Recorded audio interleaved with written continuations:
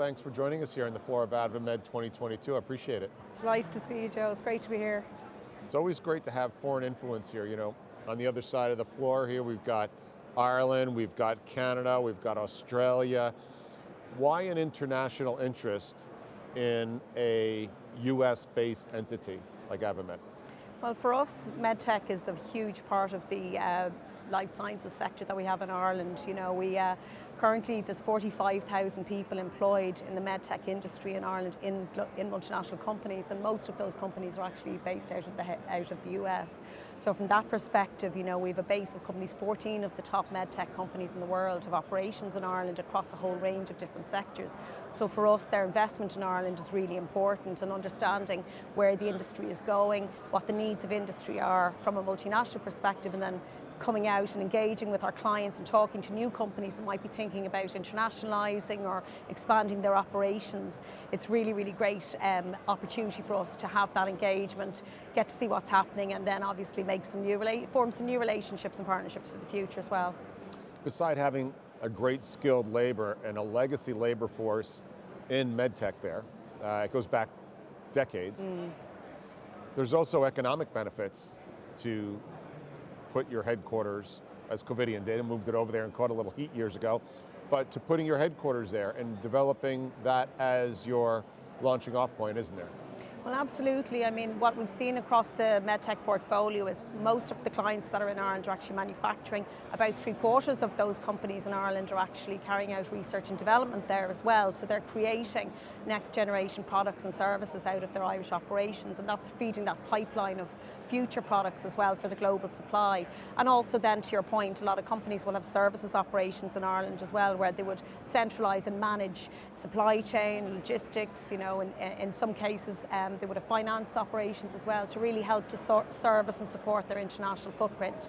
Increasingly as well, we're seeing companies establishing technology hubs in Ireland as well, because not only do we have a very rich life sciences industry, we also have a very, very strong technology sector. So in Ireland, you'd have 9 of the top 10 software companies in the world of operations there, so the talent pool in technology is really good. So we're starting to see more and more MedTech companies and life sciences companies looking at Ireland to centralise and bring some of their technology functions together, where they might be developing technology platforms for the future, or they're managing data operations like data analytics and research and development in that space. So it's a constantly evolving sector, but from our perspective, you know, we really want to encourage companies to set up in the first instance and then really grow and develop what they're doing and add more value to their operations over time, so that Ireland really can have a big impact on their success globally as well.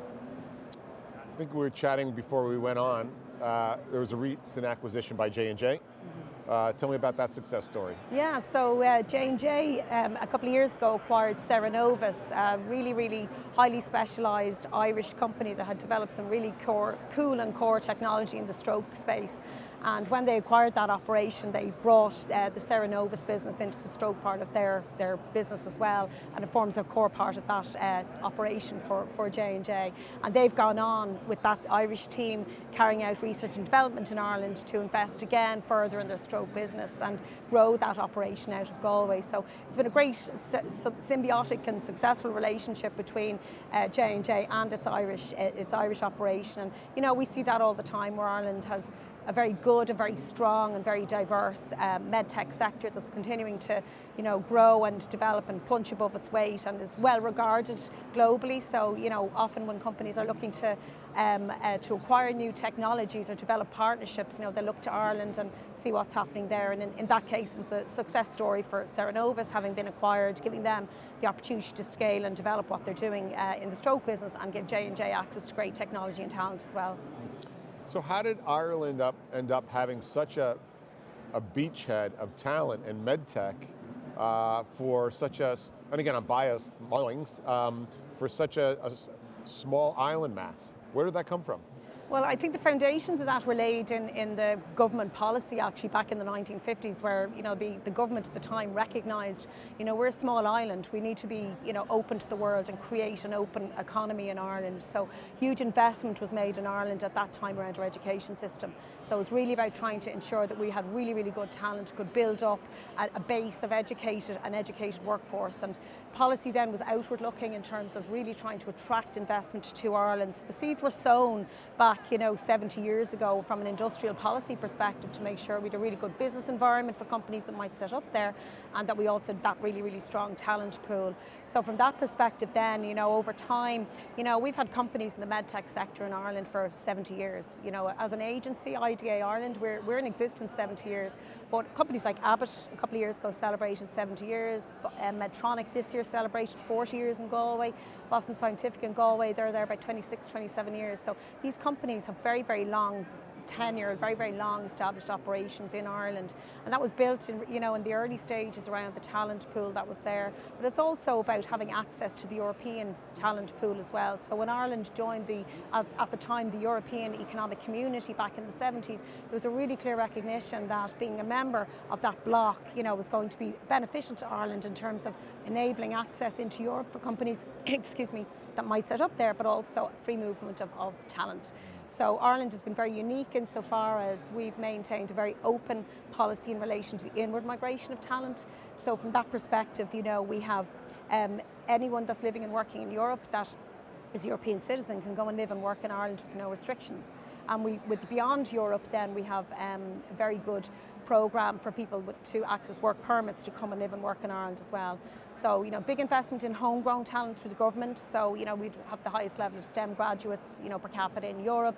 Ireland to be one of the best regarded education systems, globally. And that's really important that we have our own base of talent and continue to reinvest and educate our own workforce and continue to focus on upskilling and lifetime learning. Through ongoing education of the workforce, through programs like we've skills nets, through to apprenticeship programs. So that's really, really important. And then we also have that access to a broad and diverse and deep pool of talent within the European market. So all of that coming together has really helped to grow the manufacturing talent, engineering talent, the research talent that's in Ireland, and the services talent as well, to stretch and grow the capability for companies to really develop what they're doing there. That was a question I had is, here in Boston and the state of Massachusetts, with the hyper growth of biotech and medtech, that skilled labor force on the assembly side, the skilled assembly side, technicians, quality, there's a gap there because we're growing so quick. And they have been instituting training programs that you can maybe not be a seamstress, or maybe not be a cab driver, or maybe not be, a chef. But in 3 to 6 months, you can get skills and enter a $80,000 to $100,000 a year career to look ahead. How is Ireland addressing that if they have this hyper growth and we've got a pretty finite labor pool? I understand we have a gateway to Europe, but same situation there, supply, demand on skill? Absolutely. So again, part of government's policy is to ensure that we can continue to bring the best talent, forward all the time and grow that talent pool. So there's been very large investment at government level in education, skills, innovation and research.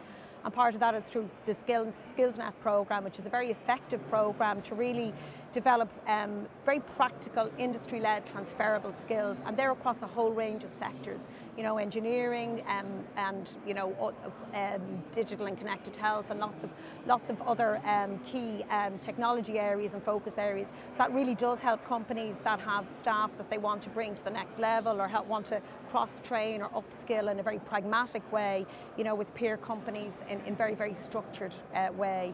And I think the other piece then is just the focus on apprenticeships and bringing the next generation of people through the workforce as well. So, you broaden that base of talent that's coming through and have lots of alternative pathways into the workforce, and then mechanisms for people to advance and progress and develop their skills when they're within the industry.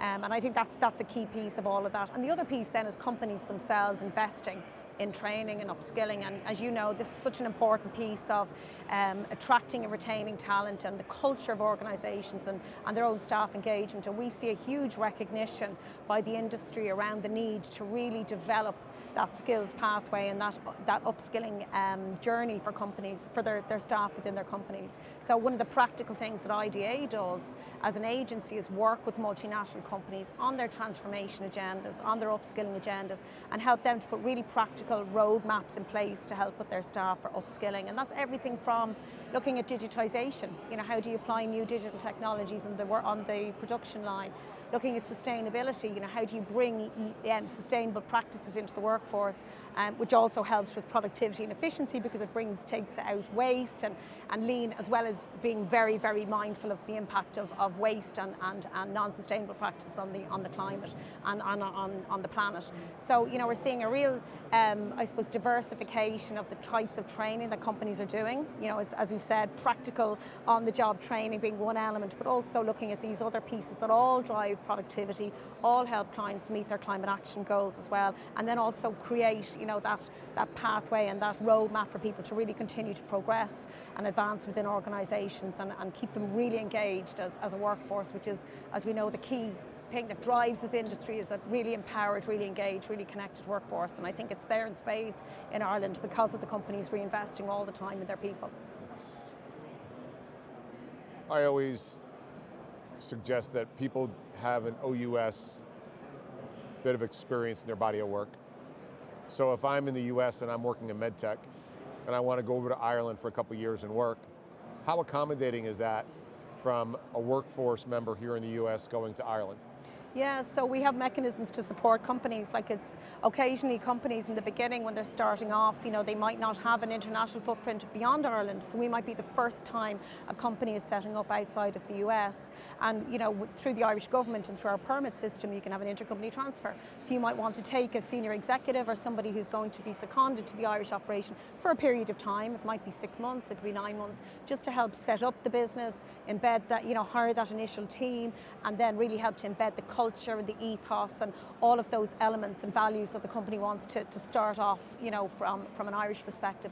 And then, often in those situations, that site lead will actually ultimately hire their replacement. They bring, they reach into the local workforce through their connections and the relationships that they form on the ground in Ireland, and then they hire their replacement, and then they, in many cases, move back to the US or where their parent company is from, and their replacement moves on and presses on and maintains those values and cultural elements that were embedded in the first instance. So that's a very, very common process for companies. And then obviously over time then, because of the longevity and the long track record Ireland has, as many, many people have been worked their way up through Irish operations, gone and worked at corporate, had very senior roles at corporate. In many cases then later on they might decide, I'm going to move back to Ireland, and they go in and they become site leads or senior leadership within the Irish sites. So it's a constantly moving space, and it's terrific endorsement to see Irish folks going out and taking senior roles and moving up through the ranks in international and global companies.